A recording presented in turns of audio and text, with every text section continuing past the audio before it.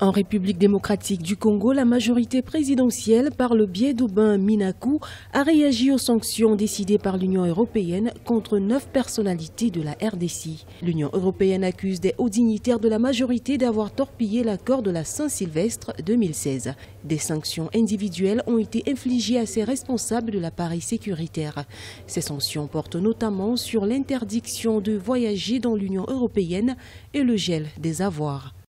On accuse un ministre qui est chargé de rétablir l'ordre public dans un pays, dans un contexte où les miliciens ont décapité près de 40 policiers, dans un contexte où près de 100 policiers et militaires ont succombé, dans un contexte où il y a eu quelques centaines d'assassinats, de massacres, et sans une enquête approfondie, on accuse un ministre d'avoir planifié et redonné un usage disproportionné de la force.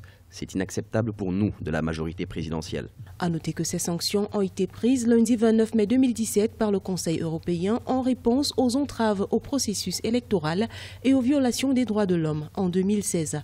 La réaction du président de l'Assemblée nationale, Aubin Minakou, intervient 2 jours après la sortie de l'Union européenne. Parmi les 9 responsables sanctionnés figurent Kalev Mutondo, directeur de l'Agence nationale du renseignement, Ramazani Chadari, vice-premier ministre et ministre de l'Intérieur de la Sécurité, Jean-Claude Kazembe Moussonda, ancien gouverneur du Haut-Katanga, Alex Kandé Mupompa, gouverneur du Kasaï central. Pour nous, la démarche n'est pas positive. Les accusations sont superficielles et cela ne favorise pas la mise en œuvre et l'atteinte des objectifs fixés par les Congolais, à savoir organiser les élections dans le délai.